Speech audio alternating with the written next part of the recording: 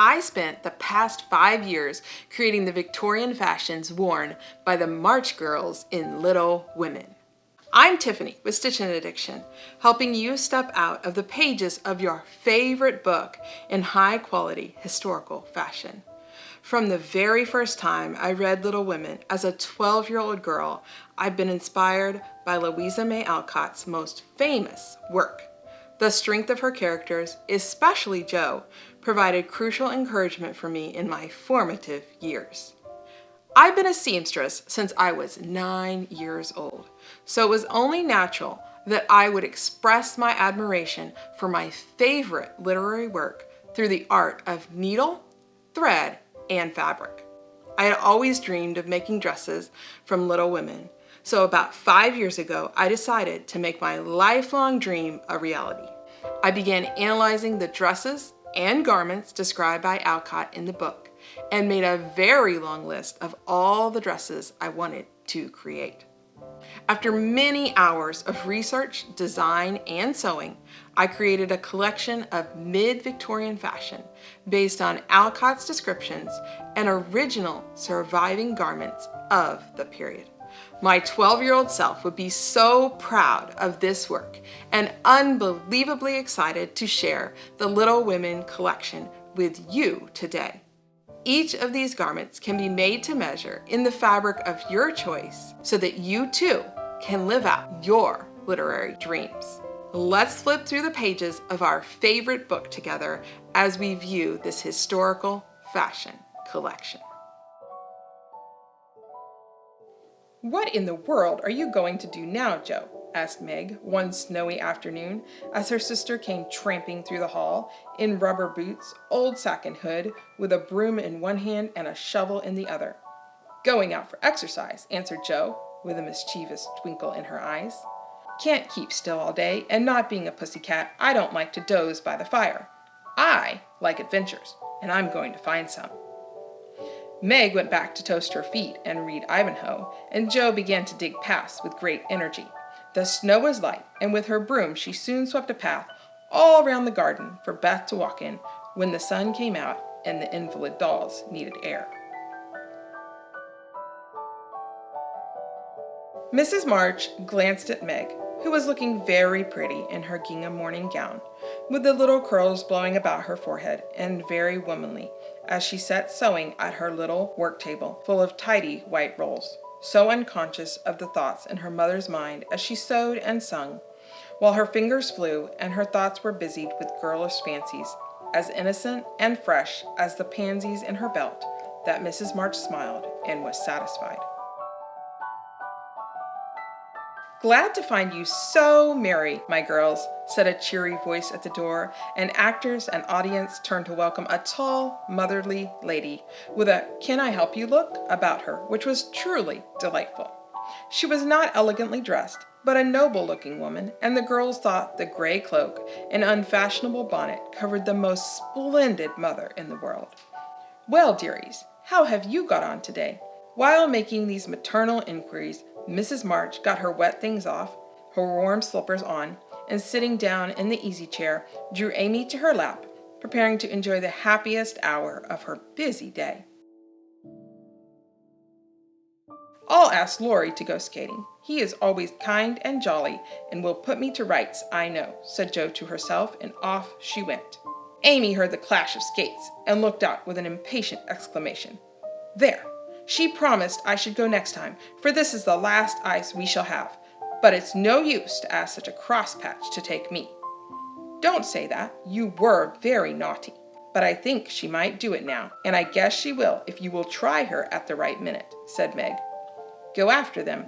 Don't say anything till Jo has got good nature with Laurie, then take a quiet minute and just kiss her or do some kind thing, and I'm sure she'll be friends again with all her heart."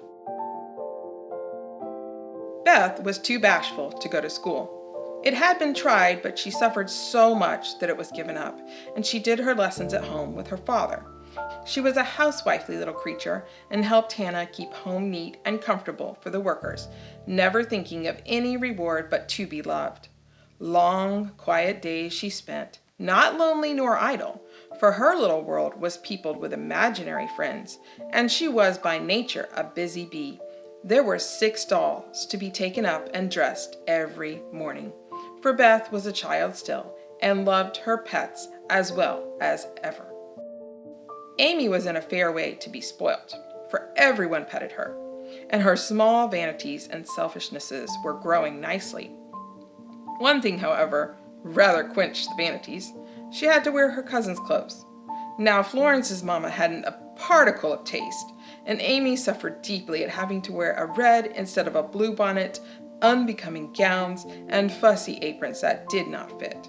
Everything was good, well made, and little worn, but Amy's artistic eyes were much afflicted, especially this winter when her school dress was a dull purple with yellow dots and no trimming. On the Thursday evening, Belle shut herself up with her maid, and between them they turned Meg into a fine lady. They crimped and curled her hair, they polished her neck and arms with some fragrant powder, touched her lips with coralline salve to make them redder. They laced her into a sky blue dress, and a pair of high-heeled blue silk boots satisfied the last wish of her heart.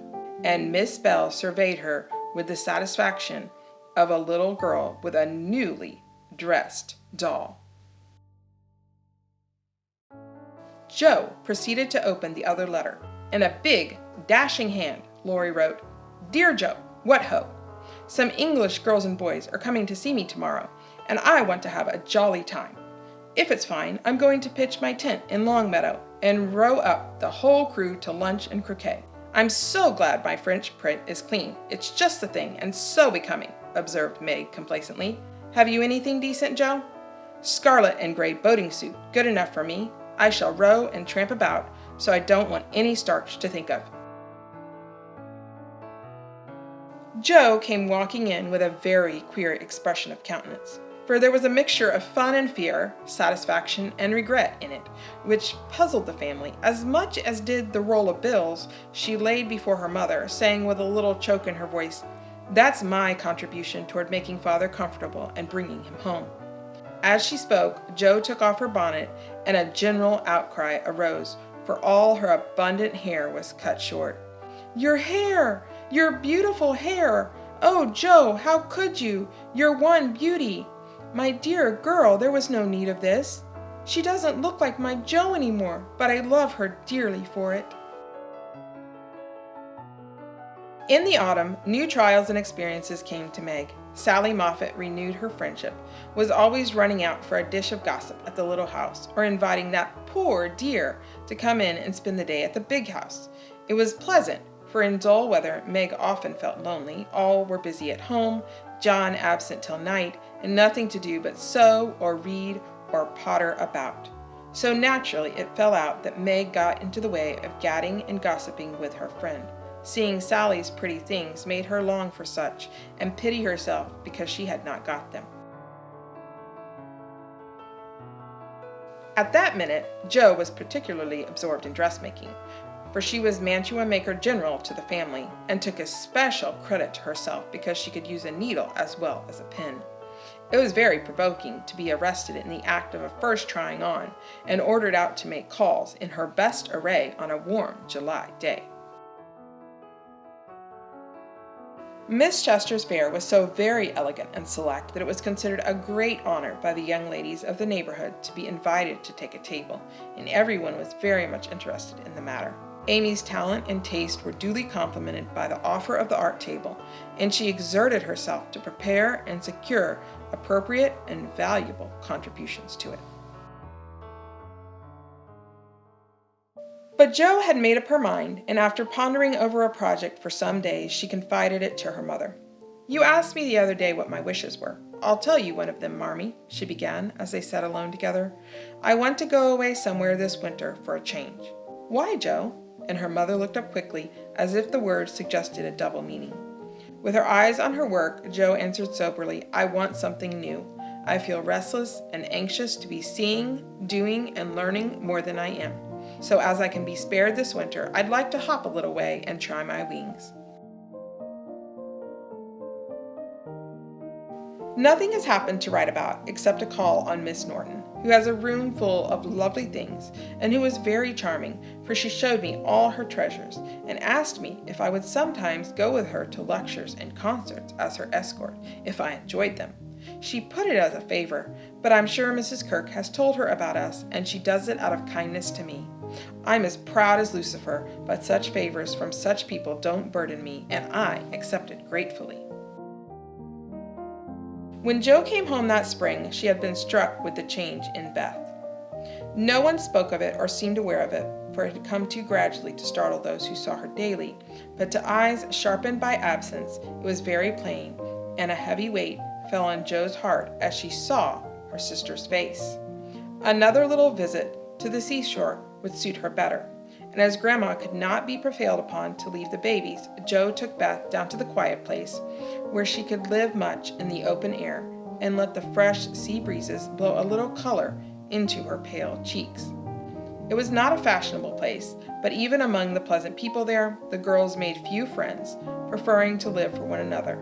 Beth was too shy to enjoy society, and Jo too wrapped up in her care for anyone else. Always together, as if they felt instinctively that a long separation was not far away.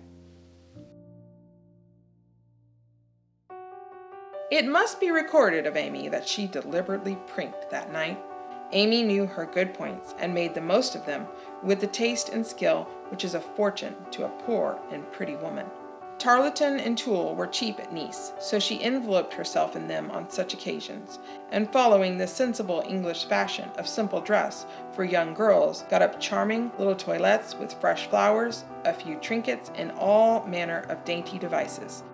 And as she stood at the distant window, with her head half turned and one hand gathering up her dress, the slender white figure against the red curtains was as effective as a well-placed statue. How could Jo comfort father and mother when her own heart ached with a ceaseless longing for her sister? How could she make the house cheerful when all its light and warmth and beauty seemed to have deserted it when Beth left the old home for the new? Poor Jo! These were dark days to her, for something like despair came over her when she thought of spending all her life in that quiet house, devoted to humdrum cares, a few small pleasures, and the duty that never seemed to grow any easier. A drop of rain on Jo's cheek recalled her thoughts from baffled hopes to ruined ribbons, for the drops continued to fall, and being a woman as well as a lover, she felt that, though it was too late to save her heart, she might her bonnet.